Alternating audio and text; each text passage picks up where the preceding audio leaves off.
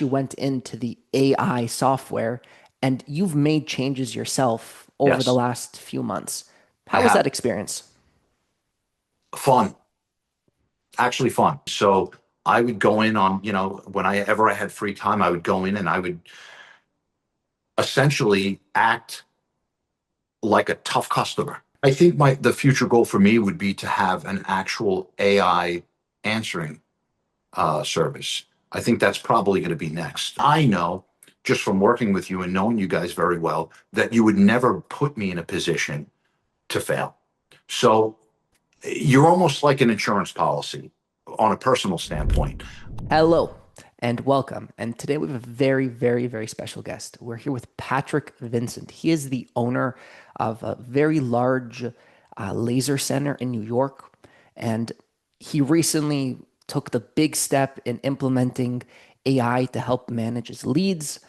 And he came here and actually was going to talk to us a little bit about that process, hurdles we jumped through, and just the whole process behind it. Hello, Patrick. How are you, Eli? Good to see you. It's good to see you too. It's been too long. Uh, Too long is right. So, before we get into it, can you tell me a little bit about your business, what you guys do? Sure. So we are essentially the top laser center in New York. We've been operating since 2007, and we do a wide range of laser-based services: skin tightening, hair removal, fat reduction, tattoo removal. You name it, we do it, and we've been doing it for quite some time. When you say quite some time, how long have you actually been in this? Since 2007, so about 18 years. Oh, that's some time. Yeah. Now, more or less, just to have the capacity of how much experience you guys actually have, more or less, how many procedures, how many clients have you actually serviced? We've serviced over 500,000 clients, over Wow. 4 million procedures and counting. Yeah. Wow. Wow. Yeah. Okay. Now, as this pertains to, how things have evolved over the years, I'm sure since 2007, many things have changed. Can you give me a little bit of like an evolution of, where your leads, how you've handled your marketing, how you've kind of grown the business over the years? Sure. So, very generally speaking, it's evolved tremendously since we opened up. So when we opened up in the end of 2007, you're talking about most things being print back then. Very little was digitally driven in terms of marketing anyway. Um, Even Google, for that matter, wasn't very prominent as far as Google Ads and so on in 2007. So things have shifted tremendously to the point where there is no print anymore, and everything is digital, right? Hmm. And so the shift obviously came with some um, great improvements, but also some great challenges. And some of those challenges you have helped me tremendously through in Thank terms you. of the leads and so on. Yeah. Okay. So let's actually talk a little bit about that. What was, one of the biggest challenges you've actually had recently with leads? Um, organization of leads, centralizing the leads, um, being able to have a workflow for those leads, um, different ways to centralize the social aspect of those leads. So, social media, having, your Facebook, your Instagram, your TikTok, your et cetera, all the different Hmm. verticals that you have into uh, one place where you could essentially effectively utilize that platform to both consolidate and organize everything that you have going on. So for context, because I don't think most people understand the sheer magnitude of the weight you guys were under. You had staff managing your socials, your website, your calls, and you had so much volume. Before, how often were you able to consistently get in touch with leads within, let's say, 5 minutes or 10 minutes? It was very challenging. Those leads, as you know, or you'll know, I'm not sure that your viewers would know, but those leads come in 24 hours a day. And so they come in while we're not open. And I know this is going to probably transition to a different conversation, which you'll be ready for. But essentially, those leads are 24 hours a day. So, you know, personally, we've been fairly good at calling them quickly, and that's really paramount to any lead, right? You want to speak to somebody when they're ready to speak. So we were always pretty good with it. We have, with your help, dialed that down and made the call, or made the reply, I should say, much quicker. Mhm. Using your platform, and it's helped tremendously. Now, specifically, we know we're talking about the platform now. In this case, uh, you initially started off with the AI chat. So this chat is right now covering your social medias. It's covering your website as well. We even talked about wanting to get the voice AI started soon, which we'll probably talk about after this call here. Likely. So you've already had some success. Now, currently, what is this AI chat doing for you? What's it currently doing for your leads? How is it helping you? Well, what it's able to do that we weren't able to do is have somebody reply immediately. But what I found was what it did for me is we were able to train it in a way where it really does. First off, it's more efficient than a human being. It doesn't get tired of saying the same things that a human being gets tired of saying. Hmm. But what's incredible about it is it could be on overnight. So if leads come in at 2 or 3 o'clock in the morning, and let's say somebody works nights and that's when they're up, and that's when they're ready to do business, or that's when they're thinking about coming in for services, just because that's their lifestyle. Um, you have an AI chatbot that's engaging with them in real time, and is able to essentially take that lead and get them educated enough where, look, this is what we do. This is how we do it. That's a great question. This is what your next step would be.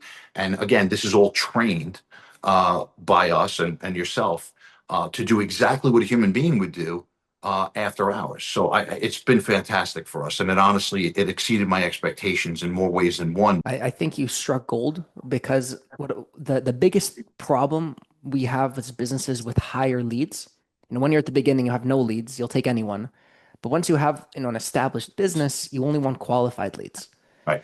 And it's so challenging to qualify leads with people, not because people are bad, but because, like you said, you hear yourself a million times, but this lead hears you for the first time.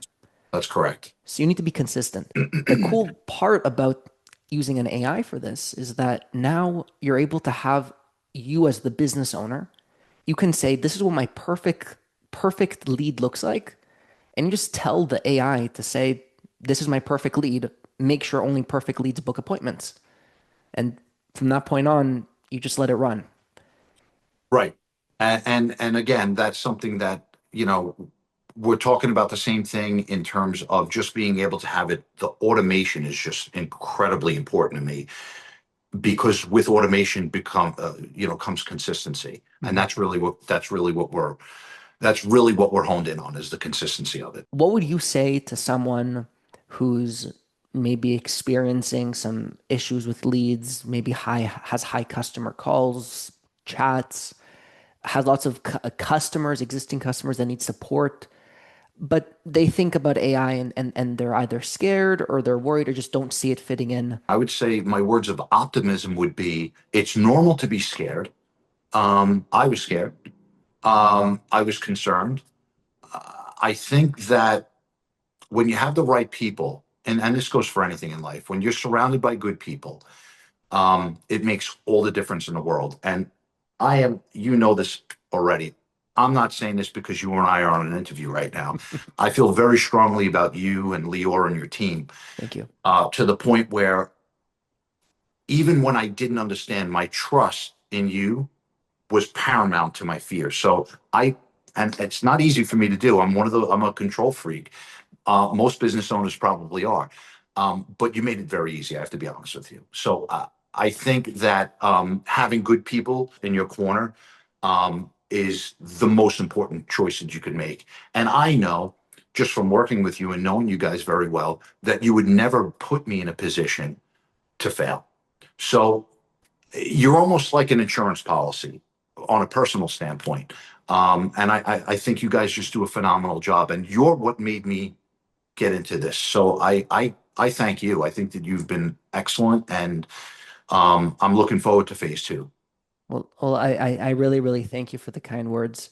Uh, Absolutely. the dream when I go to sleep at night isn't a dollar figure. It's the idea that people will think about me and be happy. And I'm glad that I can help give you that experience. So I'm very happy. Mission accomplished, as am I. Now, if we take a step backwards, so we talked a little bit about the AI here, but what got you to actually basically break? Because we don't make big changes in our businesses because we love trying something new. There's usually something that causes us to need it.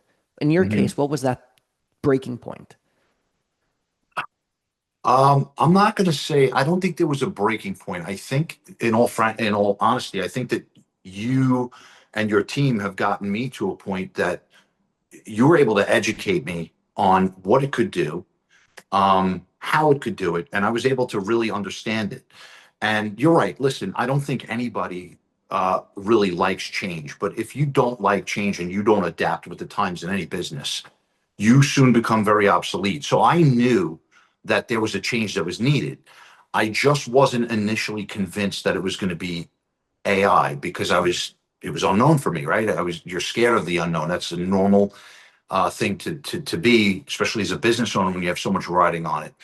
Um, but I think once you had explained everything to me, educated me on the process, um, I, you made it very easy. I'll put it to you that way. And it was an easy change for me to make once I understood it. Well, I'm really glad to hear that. Yeah. There's nothing better than to hear that your process was an easy one. So I'm happy. Um, Now, regarding the conversation about AI and a scary new technology, would you consider yourself a very technical person personally? No, No? And no. with that in mind, I know you actually went into the AI software and you've made changes yourself over the Yes, last few months. I How was that have. experience? Fun, actually fun. So, I'll unpack it as a layperson if you don't mind. Please. So there is essentially um, a you obviously set us up with the I would call it the structure, right? Hmm. You and I had conversations, you took notes, I sent you an email with, look, this is our process, right? This is really what I want out of this. This is how my receptionist answer calls now. Hmm. And this is really what I want. I want to mirror my process from a perfect receptionist standpoint. So let's say, imagine I had the perfect receptionist, which happens to be in this case AI now. Um, and you were able to fill all that in. So you were able to give the AI a baseline script, if you would. And so with that baseline script, we went live and we started small. And AI eventually learned all that stuff. And I believe they also learned from they learned from my website. You had plugged all that stuff in. So if there were questions, not only did they have the script that you and I shared, the information that you plugged in, but AI was also able to go and scan my website to see all the additional information that maybe you and I haven't talked about. Hmm. So that was all in there.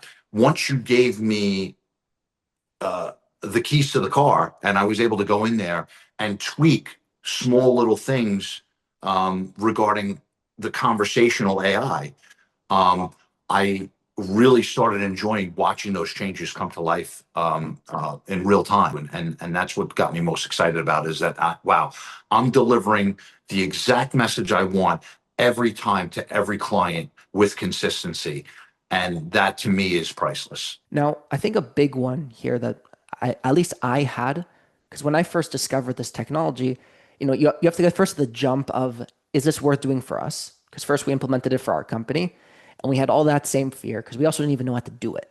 So it Right. was this new technology that we had to learn. And now we're at a point that we eventually got to a point, I should say, that we said, you know what, this is so good that we have to share it with other companies. Now, for you, in your case, do you feel as if you had some kind of evidence, something that really made you feel, because, how can you trust to put the AI live? What got you to the point that you said, I'm going to let this actually deal with real people? Well, if you recall, I'm sure you do, before we went live, we had built this out and we had tested it over, I think, a few weeks. And so I would go in on, when I had free time, I would go in and I would essentially act like a tough customer to AI. And I would go in and I would ask them the toughest of questions, and we would tweak. And I would say, well, if they do, I really don't want it answered like that because then it may turn the customer off, or I don't want it answered like that because it may mislead the customer. And so there was that back and forth before we went live. Once I started to see the potential of, um, the testing, and once I started to get to a point you and I felt comfortable with it, I mean, it was a no-brainer for me. Now, in your case, we didn't actually go live 100% from the beginning, right? We No, first started on just socials, correct. see how, played out.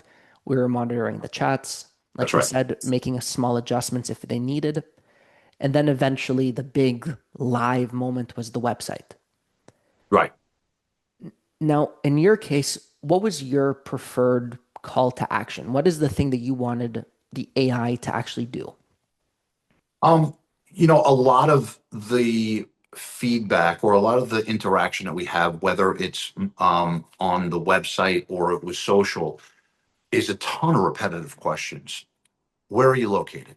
How much is it? Um, you know, uh, what is the consultation like? How long does it take? Just a ton of questions that are very simple to answer, but repetitive. And so that was able, we were able to with this the chatbot essentially answer all those questions effectively and immediately, by the way. Um, and ultimately, the goal is to drive people to you answer all those questions, and then you say, and we also offer a consultation, and ultimately to get them to come in to have the two ends meet. Based off all of that, because we've already seen that so far it's been successful, but everything's about growth. How can we keep on going? How do you actually see AI continuing to support your business in the future? Do you want to take the bot in a new direction? Do you want to implement different AI? Do you have any ideas, any future goals that you can think of? I think the future goal for me would be to have an actual AI answering service. I think that's probably going to be next for us, and it's a little bit more involved because now you're dealing with somebody who's actually on the phone, and you have it's different than when you're chatting with somebody, right? So you're chatting with somebody, um, the person that you're speaking to, or if you're speaking to AI, has to really be um, believable or feel human, at least to a human being. I know I wouldn't want to feel like I'm talking to a robot. The good news is, from what I've witnessed so far from your platform, it's extremely, extremely human-like, Hmm. and so it's exciting for me because if I my view is if I feel that way now, AI only gets better and better and better, and it's just going to get better. And I to be quite frank with you, I think it's good enough now the way it is. So I think by the time we're ready to put this into phase two, um, I think it'll be something that'll really be just a good, effective tool for us. Yeah, I'm happy you said about the thing about growth, uh, because I've said to many people until now, 6 months ago, you couldn't pay me to sell AI. I just didn't trust it. Um, but it's at a point, even a few, like 4 or 5 months ago, it got to a point that it just exploded in abilities. Yeah. And funny enough, the human-like feelings since you last heard a demo of the voice, uh, Hmm. it's had a few layers of improvement. So I'm excited to show it to you. Yeah, I'm excited to see it. Honestly, I think it's one of the things that I'm looking forward to the most. And quite frankly, it's probably one of the things that I could use the most because our interactions are personal, especially in this space. You're talking about people that want to make improvements on their body, they want to look better. Um, there's nothing really automated about that. That's very emotional. It's Hmm. very, personal to people. So the more human-like AI could communicate with potential clients, I think the better it is all the way around. Well, Patrick, I really, really appreciate your time. I know you're busy, so I'm not going to hold you for any longer. Thank you so very much, sir. Eli, it's been a pleasure. Thank you very, very much. I appreciate it.